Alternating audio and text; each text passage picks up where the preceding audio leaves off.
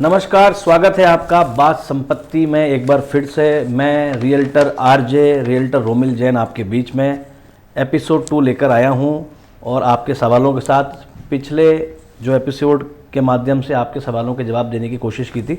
आज हमारे बीच में है रमेश टहलानी जी। एक बार फिर से आपके सवाल मैं पूछूंगा आपकी तरफ से और जवाब देंगे हमारे सर। हेलो। तो थोड़ा सा लाइट बनाते हैं आज को। सर, एक सवाल है कि क्या प्रॉपर्टी खरीद के अमीर बन सकते हैं? हाँ, क्यों नहीं बन सकते। तो दुनिया का अधिकतर अमीर बने प्रॉपर्टी से। तो आज इतिहास देख लो, इतिहास गवाह, जितने राजा होते थे वो अमीर होते थे। वो कैसे होते थे? उनके पास संपत्ति होती थी। और उनके पास जमीन निकाल दो तो वो कौन से अमीर है? सोने से कितना अमीर हो सकता है क्या? अमीर ये आज इतिहास की सबसे महत्वपूर्ण संपत्ति रही है और इसका एंड यूज भी है। आप उदाहरण दीजिए, मैं अजमेर का उदाहरण देता हूँ। मान लीजिए आज से 20 साल पहले पंचशील में किसी ने प्लॉट खरीदा होगा 100-200 रुपए गज का। 200 गज का प्लॉट लिया होगा 20,000 रुपए का। कितने साल पहले? 20 साल पहले मान लीजिए। 2002 की या 2003 की बात कर रहा हूं। 200 रुपए वर्ग गज? हाँ, 100 से 200 रुपए, 100 रुपए गज का उस टाइम रेट था। मतलब अगर 100 गज का प्लॉट है तो 10,000 का प्लॉट हो गया। 10,000 का प्लॉट है तो 20,000 का प्लॉट हो गया। आज वही प्लॉट 40 से 50 लाख का है। मेरे हिसाब से 200 वर्ग गज का प्लॉट तो शायद 1 करोड़ के आसपास होगा। हाँ, तो इसका मतलब 20 साल पहले किसी ने 20,000 डाले तो 1 करोड़ रुपए हो गए आराम से हो गए। तो ये तो ऑलमोस्ट 100 गुना है, 100 गुना हो गया। तो देखिए, इससे फास्ट वेल्थ क्रिएशन कहाँ होती है? तो बट ये आपको सब्र होना चाहिए, प्रॉपर्टी सिलेक्शन होना चाहिए। सारी प्रॉपर्टी रेट नहीं बढ़ती। प्रॉपर्टी का चेक करना है, टाइटल क्या है, लोकेशन क्या है, फेसिंग क्या है, फ्यूचर यूज क्या है, आने वाले टाइम में क्या है, और पेशेंस। ये चीज़ें तो बन सकती है। मतलब पेशेंस, ये तो वही वाली बात हो गई, किसी ने कहानी सुनाते स्टॉक में हमने डाला था 20 साल पहले और आज ही हो गया है। रिलायंस में जिन्हें शुरुआत में डाला था आज क्या करोड़पति है। विप्रो में डाला, इन्फोसिस में डाला। इसी से स्टॉक में भी, रियल एस्टेट में भी होता है। कोई भी एसेट क्लास हो, अगर आपने फेयर वैल्यूएशन पे सही संपत्ति खरीद ली और पेशेंस रखा तो वेल्थ क्रिएट होना आम है। वेल्थ क्रिएशन का फॉर्मूला क्या होता है कि अगर जो भी जीडीपी ग्रो कर रही है, फॉर एग्जाम्पल इंडिया में जीडीपी 6 से 8% की रेट से ग्रो कर रही है, बिल्कुल। अगर हमें उससे ज़्यादा प्रॉपर्टी बढ़ जाए, उससे डबल 12-14% की रेट से बढ़ जाती है तो हम बन जाएंगे। जीडीपी आज अगर आज से 25 साल में मान लो 6% के हिसाब से एक्स अमाउंट बढ़ती है, प्रॉपर्टी से डबल बढ़ जाएगी तो आपको तो वेल्दी हो जाओगे। अभी जिस तरह से लोगों की सैलरी हो गई है आईटी के अंदर, तो 2-2, 5-5 लाख रुपए कमा रहे हैं और वो कम उम्र में कमा रहे हैं, तो क्या लगता है कि उन लोगों को कहाँ इन्वेस्ट करना चाहिए? क्योंकि वो कमा तो रहे हैं लेकिन उनको ये नहीं पता है कि रियल एस्टेट में डालने भी कहाँ, सही निवेश क्या है। जैसे कि फाइनेंशियल प्लानिंग में वैसे जैसे कन्फ्यूजन होता है। लोग कहते हैं मकान ले लेते हैं लेकिन मकान डेप्रिशिएट होता है। लोग कहते हैं कि यार फ्लैट ले लेते हैं, रेंट पे लगा देते हैं, लेकिन अंत पंत उनको इतना एप्रिसिएशन नहीं आता जितना अभी आपने ज़मीन के माध्यम से बताया है। तो क्या वाकई में ज़मीन सबसे ज़्यादा आता है? हर असेट क्लास के अपने प्रोज एंड कॉन्स है, प्लस और माइनस है, लाभ हानि है। शेयर्स के अपने प्लस माइनस है, सोने के अपने प्लस माइनस है, एफडी के अपने प्लस माइनस है, रियल एस्टेट के अपने प्लस माइनस है। रियल एस्टेट में भी जमीन के अपने प्लस माइनस है, कमर्शियल के अपने प्लस माइनस है, मकान के, फ्लैट के, इंडस्ट्रियल के अपने प्लस माइनस है। ठीक है। तो अगर आप जब इन्वेस्ट करना चाहते हो, आप ऐसे कंसल्टेंट से मिले जो आपकी नीड के अकॉर्डिंग आपको रिकमेंड करे और बता दें कि प्लस और माइनस क्या है, आपके लिए क्या सूटेबल है क्या नहीं है। हो सकता है एक दवाई हो, एक व्यक्ति के लिए सर दर्द के लिए काम आ रही, लेकिन वो दूसरे व्यक्ति सर दर्द के काम ना है। हो सकता है उसको माइग्रेन हो, उसको वो दवाई काम ना करे। हो सकता है एक व्यक्ति को बुखार, जो कोविड के लिए जिसको दवाई एक को काम आ रही है वो दूसरे को नहीं आ रही है। तो हर किसी की नीड अलग होती है, हर किसी का कंसल्टेंसी के पास लोग जाते नहीं है, लोग आकर्षण में चले जाते हैं। दोस्त ने लिया है, देखिए वो होता है, जी ने लिया है तो हम भी ले लेते हैं। एक्चुअली ट्रेडिशनली भी जाते कई दफा। ट्रेडिशनली होता था, पुराने लोग जो होते थे उस टाइम में प्रोफेशनल कंसल्टेंसी अवेलेबल नहीं होती थी, आज है। सीधी बात, अगर आप किसी कंसल्टेंट को 1% दे रहे हो और आपको वो ठीक है पैसे बचा रहा है, आपको 10% फायदा दिला रहा है, या आपके बाकी 99 रुपए की इंश्योरेंस कर रहा है, तो वर्थ है। बाकी सीधी बात, आपको एग्जाम्पल देता हूँ। अब हम नीचे खाते मांझी की कचौरी खाते हैं, बहुत बड़ी कचौरी, 20 रुपये कचौरी है। आप घर पे बनाओ 5 रुपये की बन जाएगी। पर क्या स्वाद आएगा, क्या क्वालिटी आएगी? वैसा तो नहीं आएगा। टाइम कितना लगेगा, एनर्जी कितनी लगेगी? बहुत टाइम लगेगा। तो हलवाई मत बनो, पैसा खर्च करो। और वो अगर सही कंसल्टेंट को खर्च करोगे वो जस्टिफाई। तो सर का कहना है कि अगर आपके सर में दर्द हो, पेट में दर्द हो, तो मेडिकल स्टोर पे ना जाएं, डॉक्टर पे जाएं, उसका प्रिस्क्रिप्शन लें। उसी प्रकार से इन्वेस्टमेंट के अंदर भी आप किसी ब्रोकर के माध्यम से जाएं तो बढ़िया। आपका पैसा करोड़ों रुपए रिस्क लेना है या लाख रुपए से इंश्योरेंस करना है? करोड़ों। सर, अभी आपने एक बीच में इंडस्ट्रियल वर्ड का उपयोग किया है और एक बहुत गजब का एक मतलब अभी मामला चल भी रहा है अजमेर में। इंडस्ट्रियल पार्क, जो आईटी पार्क है और जो अपने ये चाची आवास रोड पे आ रहा है। और सवाल भी ये है किसी का कि रवि कुमार जी ने पूछा है पंचशील नगर से कि आईटी पार्क और मेडिकल कॉलेज आने से अजमेर को क्या लाभ होगा और उस क्षेत्र में कहाँ, किसमें और कितना निवेश करना चाहिए? मतलब ये मेरे को फ्यूचरिस्टिक लगता है। आईटी पार्क अगर आता है तो कई आईटी कंपनीज भी आएंगी, आईटी कंपनी आएगी तो एम्प्लॉयमेंट भी होगा। हाँ, तो अजमेर के हजारों युवा जो बाहर जॉब करते हैं, गुड़गांव में, पुणे में, हैदराबाद, बेंगलोर में, आईटी कंपनीज में, जी जी उनके पास ऑप्शन होगा कि वो अपने अजमेर में अपने घर पे बैठ के अपने पेरेंट्स के साथ बैठ के कर सकते हैं। हाँ हाँ हाँ, तो आज उनकी सेविंग होगी, आज वहाँ बाहर रहने की कॉस्ट ऑफ लिविंग ज़्यादा होती ज़्यादा है, है, तो यहाँ उनके पैसे बचेंगे। बिल्कुल। कई लोग फैमिली से दूर रहते हैं मजबूरी में, उनकी मजबूरी दूर होगी। मेडिकल कॉलेज होगा तो ऑफकोर्स ज़्यादा लोग पढ़ने आएंगे, तो आसपास के इलाकों में एम्प्लॉयमेंट होगा, जी जी, रियल एस्टेट की डिमांड बढ़ेगी, मेडिकल फैसिलिटी बढ़ेगी, तो ओवरऑल इकोनॉमी को, सोसाइटी को, दोनों को फ़ायदा होगा। नहीं तो यहाँ फोन आ गया आपका सर। तो यहाँ जो है अगर हम ऐसा मान लें कि कोई इन्वेस्ट कर दे तो क्या यहाँ पंचशील वाला जो आपने उदाहरण दिया वो साइकिल होगा, हो सकती है? होगा। यानी कि अभी आप देख रहे हो, एग्जाम्पल मैं आपको दे दूँ, take example of dream state जी, आज से जब 3-4 साल पहले हम कर रहे थे तो वहाँ 5 साल पहले 10,000 लोगों को महंगा लग रहा था, आज वहाँ 30,000 प्लॉट नहीं मिल रहा है अंसल के पास में। जी जी जी। आज मैं एक एग्जांपल दे रहा हूँ, हमने एक चंद्रकला विहार किया था, तो आज से 2 साल पहले लोगों को 10,000 महंगा लगता था, 11,000 महंगा लगता था, आज 20,000 में अवेलेबल नहीं अच्छे यूनिट्स। तो जब 3 साल में डबल हो सकता है तो आप अंदाजा लगाइए, अगर 3 साल या 4 साल में डबल होने लगे और 5 साइकिल घूम गया तो आप सोच सकते हैं कितना होगा। आज आपको 1 लाख 3 साल 5 2 लाख होगा, 2 का 4 होगा, 4 का 8 होगा, 8 का 16 होगा, 16 का 32 होगा। ऐसे कंपाउंडिंग काम करता है। मतलब आपके हिसाब से प्रॉपर्टी भी लेनी है तो अपने को नीट एंड प्रॉपर्टी बट क्या है, नई जगह लोगे जहाँ कोई डेवलपमेंट नहीं है, क्योंकि क्या होता है, ग्रोथ कर्व होता है, ग्रोथ का कर्व शुरुआत में बड़ा ऐसा होता है, बाद में ऐसा हो जाता है, ग्रोथ रेट कम हो जाती है। आज वैशाली में इन्वेस्ट करोगे, सिविल लाइन में करोगे, वहाँ इतना फायदा नहीं होगा जितना आपको नए एरियाज में होगा। अच्छा, अभी मान लीजिए कोई किसी के पास अगर पैसे नहीं है और इन्वेस्ट करना चाहता है तो लॉन्ग रन में क्या वो लोन से लेकर के इन्वेस्ट कर दे? मेरी पर्सनल ओपिनियन है कि लोन लेके तो इन्वेस्ट करने का कोई सेंस नहीं है। हाँ, मान लीजिए अगर आपको ऐसी प्रॉपर्टी लेनी है जहाँ आपका 50% है, 50% नहीं है, 50% पॉकेट में हो, 50 एटलीस्ट 50% आपके पास खुद का होना चाहिए और 50 से ज़्यादा लोन नहीं होना चाहिए। वो भी तभी जब आपको लगे कि फ्यूचर पोटेंशियल अच्छा है। अगर आप एंड यूज़र हैं, अगर आपको खुद को इस्तेमाल करनी है तब तो लोन लीजिए, लोन लेना ही चाहिए। आप 1 करोड़ की प्रॉपर्टी ले रहे हो, आपके 10 लाख 20 लाख है, 80 लाख का लोन लीजिए, लेना ही चाहिए। बट अगर आप इन्वेस्टमेंट करने के लिए लोन लेंगे तो प्रैक्टिकली फाइनेंशियल नॉलेज के बेसिस पे कहूँगा एडवाइजेबल नहीं है। इसका रीज़न बता दूँ, मान लीजिए आप इंटरेस्ट देंगे 9%, आपको रिटर्न आया 12%, तो क्या फायदा? 12% रिटर्न आया, उसमें 30% टैक्स चला जाएगा। यस यस, तो आपको नेट तो बचा 8%, लेकिन आप इंटरेस्ट दे रहे हो 9%, क्या फायदा? मतलब वार्षिक 9% इंटरेस्ट तो जाएगा ही जाएगा। जाएगा। और आपका अगर एवरेज 12 से 14% आएगा, मार्क अभी तो मार्केट तेजी थी, 20% आ गया, कल को मार्केट तेजी नहीं थी, 12% ही आया, तो आपने 12 प्रॉफिट कमाया, उसमें 30% टैक्स दोगे, 20% टैक्स दोगे, फिर बचा क्या आपको? फिर इतनी जद्दोजहद करने की जरूरत क्या?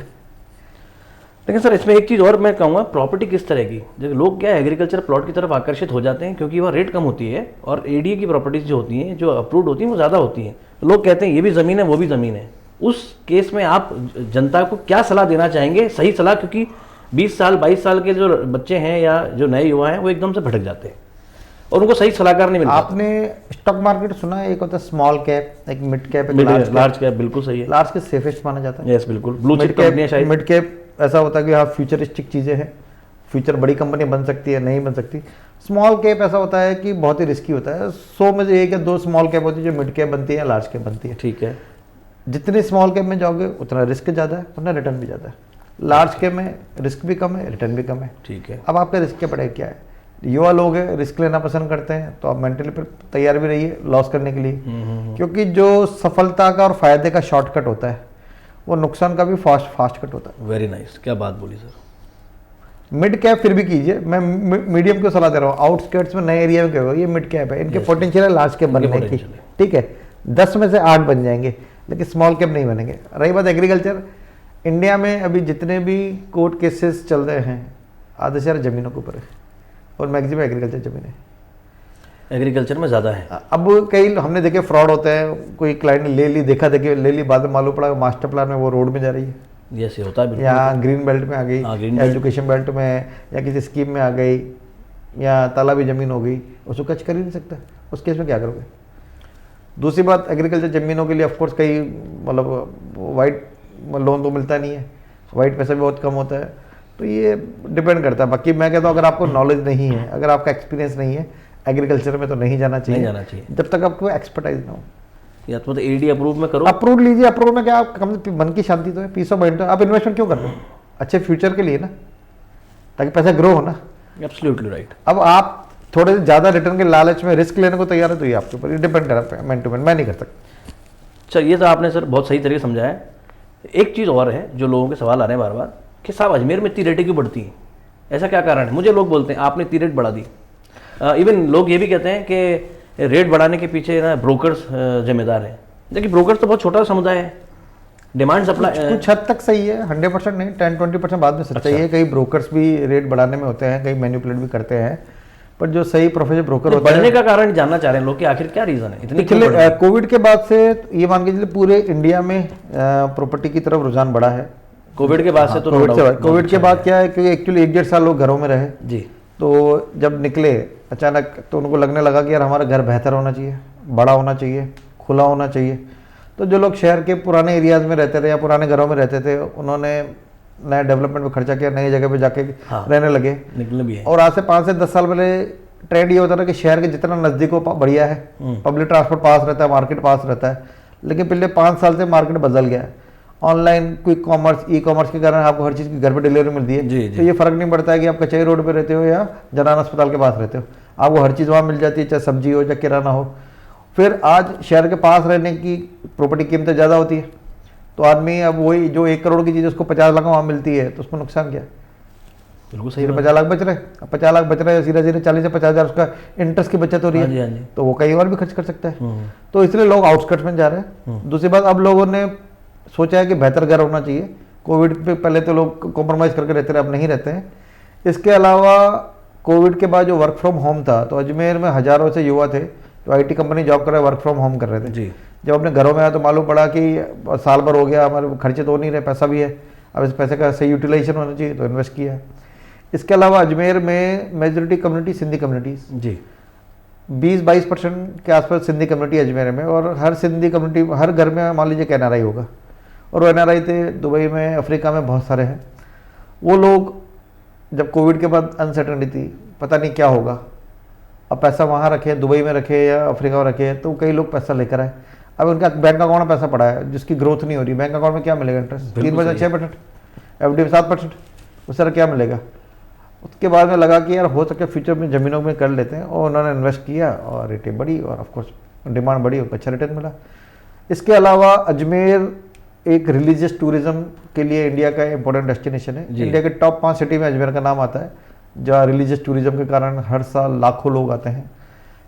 अभी देखिए उसके टाइम में भी करोड़ों बिल्कुल। आप ये एक मोहम्मद सलीम साहब ने पुष्कर से पूछा है, आपने पर्यटन का नाम लिया, धार्मिक पर्यटन स्थलों के पास प्रॉफिट खरीदने के क्या फायदे हैं? देखिए ट्रेडिशनली अगर देखा जाए, आज पहले 10-15 साल से हम लोग घूमने जाते हैं, कोई मॉरिशस जाता है, कोई सिंगापुर जाता है, कोई थाईलैंड जाता है, या हांगकॉन्ग दुबई जाते हैं। आज से 15-20 साल पहले हम कहाँ जाते रहे? हमारे पिताजी दादाजी कहाँ जाते थे? धार्मिक स्थलों पे जाया करते, कोई वैष्णो देवी चला गया, कोई तिरुपति चला गया, कोई अमृतसर चला गया। बिल्कुल सही है। तो पहले पर्यटन स्थल बनाए, धार्मिक जगह होते रहे कि भाई ठीक है दोनों काम हो जाएंगे, भाई ईश्वर के दर्शन भी हो जाएंगे और घूमना फिरना भी हो जाएगा। ये ट्रेडिशन आज भी है। दूसरी बात, भारत एक सांस्कृतिक देश है, धर्म प्रधान है, लोग डरते हैं आज भी। भारत में यूरोपियन की तरह नहीं है, यहाँ विविधता है, यहाँ प्लस जितने भी धार्मिक स्थल है वहाँ घूमने का भी हो जाता है, तो एक पन दो काज हो जाते हैं। इन्वेस्टमेंट करना बढ़िया है, क्योंकि इंडिया ऐसी कल्चर है जहाँ पे लोग ट्रस्ट करते हैं। अब सर एक सीधा सवाल है, उसका सीधा जवाब आप दें। हरिबाऊ से सॉरी कायड़ से सुरेश कुमार जी ने पूछा है कि कौन से इलाकों में अगले 5 सालों में निवेश से सबसे बढ़िया रिटर्न मिलने की उम्मीद है? मतलब ये जानना चाहते हैं कि मुझे जगह बता दो, मैं कर दूं इन्वेस्ट।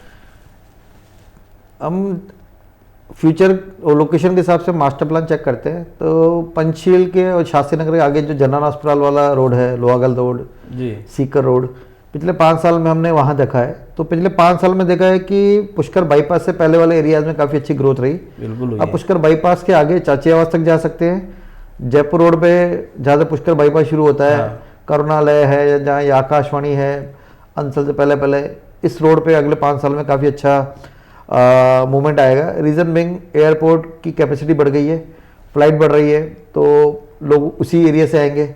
अगर IT पार्क बनता है, मेडिकल कॉलेज बनता है, मेडिकल कॉलेज बनेगा तो हो सके सैकड़ों डॉक्टर्स आएंगे पढ़ने के लिए, तो डॉक्टर्स को हॉस्टल भी चाहिए होगा पढ़ने के लिए, और कई डॉक्टर प्रोफेसर भी आएंगे, उनको रहने के लिए घर चाहिए होगा, तो वो भी सोचेंगे आसपास तो समय बचे।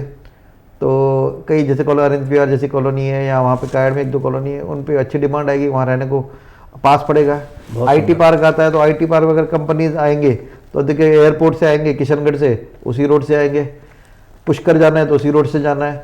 तो पुष्कर अभी डेस्टिनेशन वेडिंग में इंडिया में टॉप 5 लोकेशन में आ चुका है। तो उस रोड के आसपास, पुष्कर बाईपास के आसपास, जयपुर रोड से लेकर पुष्कर के बीच में मेरी पहली चॉइस ये है।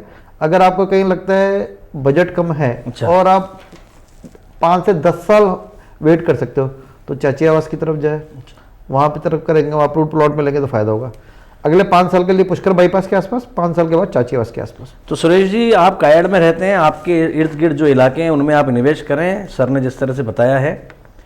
और अच्छा, एक सवाल और सर, जैसे कि अभी नया जो हाईवे है जो जयपुर से पुष्कर की तरफ जा रहा है, ऐसा ही सेम हाईवे हमें जयपुर में 200 फीट भी लगता है।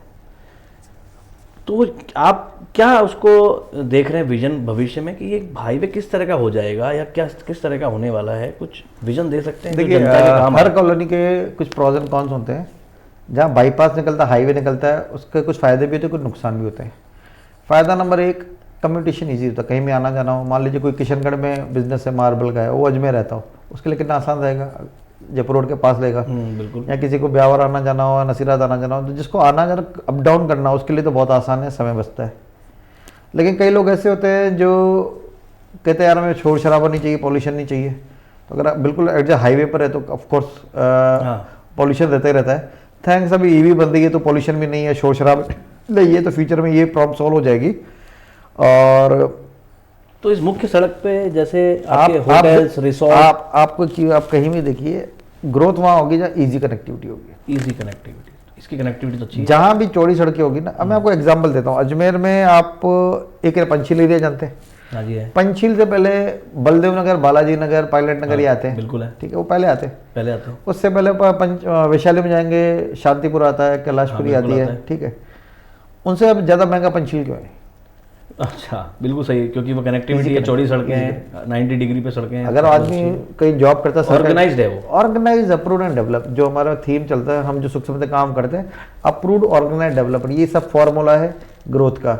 बाकी सस्ते में लेंगे तो सीधी बात है, सस्ता कह रहे महंगा रो एक बार, एक बार। अब सस्ता प्राइस को मत देखिए, क्योंकि मैंने देखा है 10,000 वाले प्लॉट भी महंगे होते हैं और 25,000 वाले भी सस्ते होते हैं। वैल्यू क्रिएशन हो उसमें देखिए, आसपास इन्वेस्टमेंट वो देखिए। और रही बात अगर प्राइस की बात होती है, तो आज अजमेर में सबसे ज्यादा कचौरी किसकी बिकती है? गोल प्याऊ, मांझी, खंडेलवाल की बिकती है, उनकी सबसे महंगी है। हाँ, महंगी है। सस्ते वाले पॉपुलर नहीं है। आईफोन सबसे महंगा आता है, फिर भी सबसे ज्यादा बिकता है। सही बात है। तो प्राइस मत देखिए, वैल्यू देखिए। वैल्यू, आप चाहते हैं वैल्यू पर जाएं, तो आप हमेशा वैल्यू पे ध्यान दें। इन्वेस्टमेंट करते समय सर का कहना यह है कि आपको कोई चीज़ महंगी लग रही है तो वो सस्ती हो सकती है। एक पॉइंट और जोड़ूंगा, जिस प्रॉपर्टी के जितने ज़्यादा ग्रोथ के चांसेस होंगे उतनी महंगी होगी। बिल्कुल सही बात है, स्टॉक मार्केट में भी ऐसा ही है। सर एक सवाल है, ये वैसे तो आपसे संबंधित लगता नहीं है, लेकिन आया है तो पूछ लेता हूँ। बीके कॉल में नकुल जैन पूछ रहे हैं कि मुख्य सड़क पे तो प्रॉपर्टी की रेट्स इतनी ज़्यादा होती हैं, वहाँ पर हॉस्पिटल्स वगैरह बने हुए हैं, लेकिन मुख्य सड़क टूटी हुई है, और वो इतने टाइम से टूटी हुई है, तो हम जनता कहाँ जाके कंप्लेन करें कि एटलीस्ट आवागमन तो सही हो जाए? इसका कुछ जवाब? अपने जो जनप्रतिनिधि हैं, आपके पार्षद हैं, विधायक जी हैं, अच्छा, उन तक लेटर लिखें या उनसे बात करें, अपनी शिकायत कराएं। अधिक वही लोग हैं जो पार्षद होंगे, नगर निगम में जाएंगे, विधायक भी होंगे। कोई ऐसा कुछ सरकारी दफ्तर हो सकता है जहाँ पर जाके शिकायत कर सकें? ऑनलाइन कई ऐप है, शायद नाम बोल रहा हूँ, कुछ ऐसी ऐप है जहाँ भी अगर आपको कोई भी ऑनलाइन एप्लीकेशन सर्च करके आप अपने सवाल का कर सकते हैं, उसमें डाल सकते हैं। नगर निगम की है एप्लीकेशन, आप डाल सकते हो। आप क्या जमीन बेचकर कमाए गए लाभ को फिर से जमीन में निवेश कर सकते हैं टैक्स बचाने के लिए? हितेश मल्होत्रा पूछ रहे हैं वैशाली नगर से। कैपिटल गेन के नियम है कि अगर आपने ज़मीन बेची है, आपने अगर एग्रीकल्चर ज़मीन बेची है, रेजिडेंशियल ज़मीन, कमर्शियल ज़मीन, इंडस्ट्रियल ज़मीन या कमर्शियल प्रॉपर्टी बेची है जी, तो उसका जो प्रॉफिट होगा जी वो टैक्सेबल होता है। 2 साल से पहले बेचते हैं तो शॉर्ट टर्म कैपिटल गेन होता है, 2 साल बाद बेचते हैं लॉन्ग टर्म कैपिटल गेन होता है। लॉन्ग टर्म कैपिटल गेन में आपको एक सुविधा देती है सरकार कि आप उसको इंडक्शन होकर री इन्वेस्ट कर सकते हैं। री इन्वेस्ट करेंगे तो आप टैक्स बचा सकते हैं, बट उसमें कुछ शर्तें हैं। अच्छा। कि आप री इन्वेस्ट करेंगे तो सिर्फ रेजिडेंशियल बिल्टअप प्रॉपर्टी में करेंगे, बनी हुई में। बनी हुई कुछ बना होना चाहिए, अच्छा, मकान निर्माण बना होना चाहिए।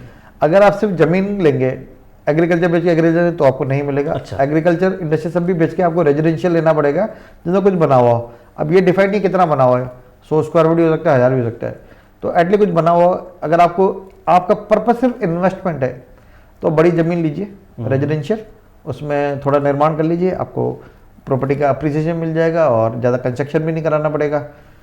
अगर आपको यूज़ है तो जितना चाहे बना सकते। किसी भी तरह की प्रॉपर्टी बेच रहे हैं आप और उसमें आने वाले प्रॉफिट को आप बने हुए मकान में ही रेजिडेंशियल में इन्वेस्ट करेंगे तो ही और कानून जो आया है जिससे बहुत फायदा हो गया, बचेंगे हितेश जी। अब कई लोग प्रॉपर्टी इसलिए बेचते हैं क्योंकि उनको कोई ज़रूरत होती है, जैसे बच्चे की पढ़ाई या शादी या कुछ और काम हो, बिजनेस के लिए एक्सपेंशन, तो उन लोगों के लिए समस्या आ जाती है यार अगर बेचेंगे long term 20% capital gain tax बहुत ज़्यादा है और हम री इन्वेस्ट भी नहीं करना है, तो 20% टैक्स भारी पड़ता रहा। पर अभी जुलाई में जो आया है कि 12.5% टैक्स देख के वो कर सकते हैं, तो ऐसे लोगों के लिए ये भी एक अच्छी फ्लेक्सिबिलिटी है। तो कई लोग हैं जो री इन्वेस्ट करने के बजाय 12.5% टैक्स देना पसंद करेंगे। सर पंचशील नगर से दीपेंद्र सिंह जी बोलते हैं कि एडी अप्रूव तो ठीक है, ये रेरा रजिस्टर्ड प्रोजेक्ट्स में निवेश करना सुरक्षित है क्या? रेरा क्या है sir? RERA RERA real estate regulatory authority है, जैसे बैंक्स के ऊपर सेबी होता है। अच्छा। बैंक के ऊपर आरबीआई होता है, स्टॉक मार्केट सेबी होता है, जो IRD होता है, रियल एस्टेट कंपनीज के ऊपर रेरा होता है। रेरा कानून आया था करीब 6-7 साल पहले। इसका पर्पज यही था कि लोगों को प्रोटेक्ट किया जाए, इन्वेस्टर को प्रोटेक्ट किया जाए, जो होम बायरों को प्रोटेक्ट किया जाए। जी जी। पहले ऐसा होता था कि बिल्डर बहुत बड़े वादे करते थे कि हम ऐसा डेवलपमेंट करेंगे, हम इस समय बनाएंगे, पर जब फाइनल डिलीवरी की बात आती थी उनके कमिटमेंट फेल होते थे, क्वालिटी में कॉम्प्रोमाइज़ होता था या समय पे डिलीवरी नहीं होती थी, तो काफ़ी कंज्यूमर को लॉस होता था जी। उससे बचने के लिए रेरा बनाया कि अब बिल्डर जो भी ऐसे जगह जहाँ पे 500 गज से ज़्यादा का डेवलपमेंट है या 8 से ज़्यादा यूनिट है, अच्छा, और अंडर कंस्ट्रक्शन है या जिसपे कंप्लीट सर्टिफिकेट नहीं है या ऑक्यूपेंसी सर्टिफिकेट नहीं है, उसको रेरा रजिस्टर करना जरूरी है। अच्छा। कस्टमर अगर वो रेरा रजिस्टर्ड है तो एक अथॉरिटी है एटलीस्ट साथ में आपके, जो अगर बिल्डर के कमिटमेंट फेल होने पर आपका सहयोग करेगी, उसको पेनल्टी इम्पोज कर सकती है। सुरक्षित का तो क्या 100% सिक्योर तो नहीं है, लेकिन हाँ आपका खतरा काफ़ी कम हो जाता है अच्छे लोगों के साथ। अगर आप देखिए कार चला रहे हैं, अगर आप सीट बेल्ट बांध देंगे जी तो आपका रिस्क कम हो जाता है। बिल्कुल सही है। लेकिन आप ये कहें कि सीट बेल्ट लगा के कार ठोक दूं तो बच जाऊंगा क्या, तो भाई हाँ आपको चोट कम लगेगी लेकिन चोट तो लगेगी।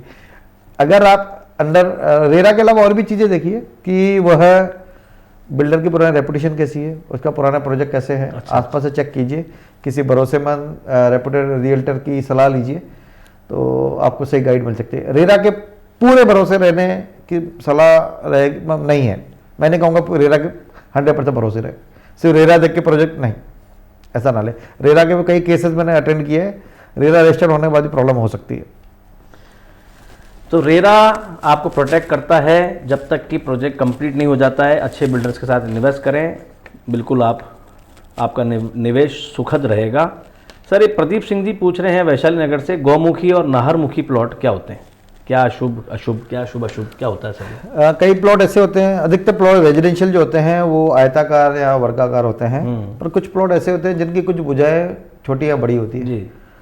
जैसे कि कई ऐसे प्लॉट होते हैं, ये चौकोर प्लॉट है, अगर आगे से चौड़ा है और पीछे से छोटा है तो आगे का चौड़ा उसको कहते हैं नाहरमुखी। अच्छा। और अगर आगे से ऐसे छोटा है तो उसको कहते हैं गौमुखी, यानी गौ का मुख होता है एक और शेर का मुख होता है। अब वास्तु के कई ग्रंथों में लिखा हुआ है कि घर बनाने के लिए नाहरमुखी प्लॉट अच्छा होता है, जिसका मुंह अच्छा, और सॉरी गौमुखी अच्छा होता है, गौमुखी अच्छा होता है, नाहरमुखी सही नहीं रहता। और कमर्शियल के लिए नाहरमुखी सही होता है, अच्छा, और नहीं रहता है। अब एक्चुअली इसके अगर धार्मिक को, जैसे पहले डिस्कस किया गया कि हर चीज़ के पीछे लॉजिक होता है, तो ये जब ग्रंथ लिखे गए थे तब नॉर्मल प्लॉटिंग होती नहीं थी, नहीं होती थी, न RCC होती थी, न बिजली की लाइन होती थी, न सीवरेज लाइन होती थी, न पानी की लाइन होती थी, न आर्किटेक्चर होता था। बिल्कुल सही है। तो मुझे समझ नहीं ये बने क्यों। फिर जब मैंने इन डेप्थ स्टडी की, मैंने काफ़ी रिसर्च की, तो मालूम पड़ा ये नियम बना है किलों के लिए।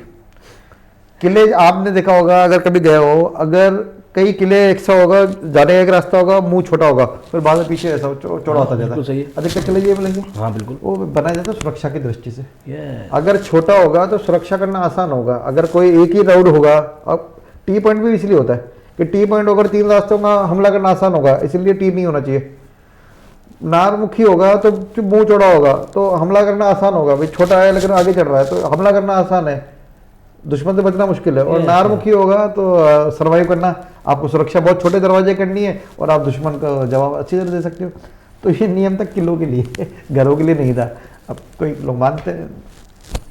तो इसमें शुभ अशुभ है भैया, देखो कोई शुभ भी नहीं होता है, कोई अशुभ नहीं होता है। नारमुखी उससे कोई फर्क नहीं पड़ता। ऑफकोर्स ये बात है, अगर नारमुखी होता है तो विजिबिलिटी अच्छी होती है, दिखता अच्छा है, इसलिए कमर्शियल पसंद करते हैं, आपको मार्केटिंग का पैसा बचता है। नारमुखी होगा तो ऐसा नहीं कि शुभ है, वैसा ही असर करेगा। बस आप ये इंश्योर कीजिए आपके घर में नेचुरल हवा रोशनी आ जाए तो वास्तु ठीक है। आपके आसपास गंदगी ना हो, बदबू ना हो, नेगेटिव चीज़ें दिखने वाली ना हो, नेगेटिव डार्क कलर ना हो, तो आपका अच्छा है। हर वो चीज़ जो आपके 5 सेंसेस को अच्छी लगे, छूने में अच्छी लगे, देखने में अच्छी लगे, सुनने में अच्छी लगे, सूंघने में अच्छी लगे, टच करने में अच्छी लगे, वो बेस्ट है। बाकी वास्तु पहले समझाना मुश्किल होता था साइंस के कंसेप्ट, इसलिए धर्म के साथ जोड़ के बताते थे, जबकि कोई शुभ अशुभ नहीं होता है। अब प्रैक्टिकल देखिए। थैंक यू रमेश सर, आपने बहुत गहराई से समझाया है, इतिहास से भी समझाया है, प्रैक्टिकल लॉजिकली हर चीज़ बहुत अच्छे से समझाई। आपकी बातें बड़ी सरल हैं, आसानी से समझने वाली हैं। और आज इतने ही सवाल हमारे पास आए हैं। एक कंस्ट्रक्शन रिलेटेड एक सवाल और आया है। ये लोगों का कहना है कि जैसे ही हम घर बनाना की सोचते हैं तो हमारा सबसे बड़ा सरदर्द ये हो जाता है कि हम किस व्यक्ति से कंस्ट्रक्शन कराएं, क्योंकि ठेकेदारों का नाम बहुत ख़राब है। स्टार्ट करते हैं, पैसे ज़्यादा मांगते हैं, काम रोक देते हैं, दादागिरी भी करते हैं कई। तो सीधे सच्चे लोग कैसे करें? कोई सलाह मशवरा इस मामले में, फिर हम देखिए हमारा तो रोज का काम है, हम अक्सर ऐसे चेक करते रहते हैं। कई ठेकेदार अच्छे भी आते हैं, बुरे भी आते हैं, दोनों तरह के होते हैं। सबसे बड़ा फ़र्क जो होता है प्राइस का होता है। अच्छा ठेकेदार आएगा, ईमानदार आएगा, टेक्निकली साउंड आएगा, पढ़ा लिखा आएगा, उसकी प्राइस ज़्यादा होगी। हाँ बिल्कुल होगी।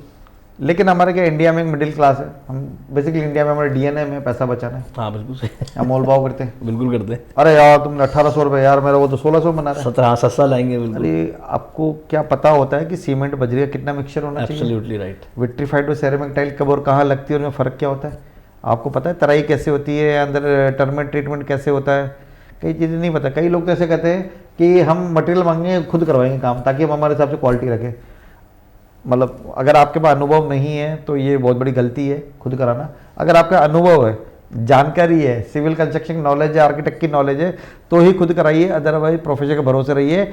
घर रोज़ रोज़ नहीं बनता है, लाखों करोड़ों रुपये आप इन्वेस्ट कर रहे हो, रिस्क मत लीजिए। बिल्कुल सही है। किसी प्रोफेशनल से बात कीजिए, किसी लीडिंग आर्किटेक्ट से बात कीजिए, किसी सिविल इंजीनियर से बात कीजिए, या रेफरेंस से जाइए।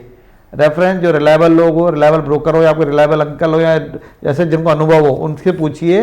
और उस जिस भी ठेकेदार जा रहे हैं उसके कम से कम 3 देखिए, उन्होंने 3 मकान बनाए कि नहीं बनाए, 3 प्रॉपर्टी उसकी देखिए, और उसके घर वालों से फीडबैक लीजिए उसकी एब्सेंट में, फिर आपको मालूम पड़ेगा सही क्या है, गलत क्या है। और सबसे बढ़िया चीज़ यह है, रेफरेंस पे जाइए। रेफरेंस उसका जिस पे आप ट्रस्ट करते हो, जो लगता है रिलायबल हो। हम ऐसे ही जाते हैं, हम अनजान पे इस चीज़ में भरोसा नहीं कर सकते। छोटा पैसा हो, 5-10 हज़ार की बात हो, रिस्क ले सकते हैं। 50 लाख 1 करोड़ की बात हो, रिस्क लेना मतलब एडवाइजेबल नहीं। 200-300 रुपए आपके ज़्यादा लगते हो तो आप ज़्यादा दे दीजिए, क्योंकि सर ने एक बात बोली, घर रोज रोज नहीं बनता। एग्जाम्पल देता हूँ, मेरे एक मिलने वाले थे, उन्होंने मुझसे पूछा था कि कंस्ट्रक्शन का, तो मैंने उनको एक रेफ़र किया था। तो उस मेरे ठेकेदार ने उनको पिछले साल बताई थी 1700 रुपये स्क्वायर फीट जी। तो उनको किसी ने कहा 1700 बहुत ज़्यादा है, हम तो 1500-1600 में करवाए काम जी। तो मेरे ठेकेदार ने कहा कि जो क्वालिटी मैं दे रहा हूँ ये तो मैं 1700 से कम नहीं दे पाऊँगा, मैं ये लिख के दे दूँ, स्पेसिफिकेशन दे दिया, आपको करा दो। उस क्लाइंट से मैंने कहा ठीक है आपकी मर्जी यार, आप जानो, आपका काम जाने। उस क्लाइंट से मैं 1 महीने बाद मिला तो उन्होंने कहा कि हमें 1550 में कॉन्ट्रैक्ट मिले, जो आप काम करके दे रहे हो वो हमें 1550 में काम हो गया, 1500 रुपये स्क्वायर, 150 रुपये स्क्वायर फीट बच गए। यानी कि हमने 1500 स्क्वायर फीट 20 लाख बचा दिए। रमेश जी आपने तो हमें महंगा बताया था, हो सकता है। आज 1 साल बाद जब उनका मकान बन गया तो वो मुझके आके अपने दर्द रो रहे थे, यार रमेश जी हमने बहुत बड़ी गलती कर दी, 100-150 बचाने के चक्कर में हमारे 10-15 लाख बच तो गए, लेकिन हमारी प्रॉपर्टी की वैल्यू 20-25 लाख रुपये कम हो गई, क्योंकि उस मकान मालिक ने उसका वाटर प्रूफिंग नहीं की थी। तो पहली बारिश में उनके सीलने आ गई उसने उनके टर्म में ट्रीटमेंट नहीं किया था तो उनके क्या कहते कुल मिला हैं के दीमक लगने लग गई। उन्होंने टाइलें उसे बोली थी जगुआर की, पर लोकल मोरी टाइलें लगा दी जो पहले ही मतलब साल में स्क्रैचेस आगे दिखने लग गए और पेंट ऐसा ही पहली बारिश में ही धुल सा गया जो वाटर प्रूफिंग था। तो उनको बहुत पछतावा हो रहा है कि मैंने 10-15 लाख बचाने के चक्कर में मैंने मेरे 1.5 करोड़ के मकान की ये जो आपने बात बोली, ऐसे बहुत सारे लोगों के साथ घटना घट चुकी है, तो सबका दर्द वही है। तो वही बात कहना चाह रहे हैं सर, वापस से 200-300 ज़्यादा लगते हों तो प्रोफेशनल के साथ ही जाएं, तो ही आपके लिए आपके मकान की वैल्यू रहेगी और आराम से सुखद ज़िंदगी रहेगी। सो सर आज के लिए इतना ही, और आपने अपने समय दिया उसके लिए धन्यवाद। आपके सवालों के माध्यम से, और आज हम इसको यहीं विराम करेंगे। और अगर आपको और भी आपके सवाल हैं कहीं पंचशील वैशाली अलग अलग क्षेत्रों से, अगर आप सवाल पूछना चाहते हैं रमेश सर से, आप बेशक नीचे दिए गए नंबर पर आप व्हाट्सएप छोड़ दीजिए, सवाल छोड़ दीजिए, या फिर मेरे इंस्टाग्राम चैनल पर आप मुझे सीधे मैसेज भी कर सकते हैं। Thank you very much sir.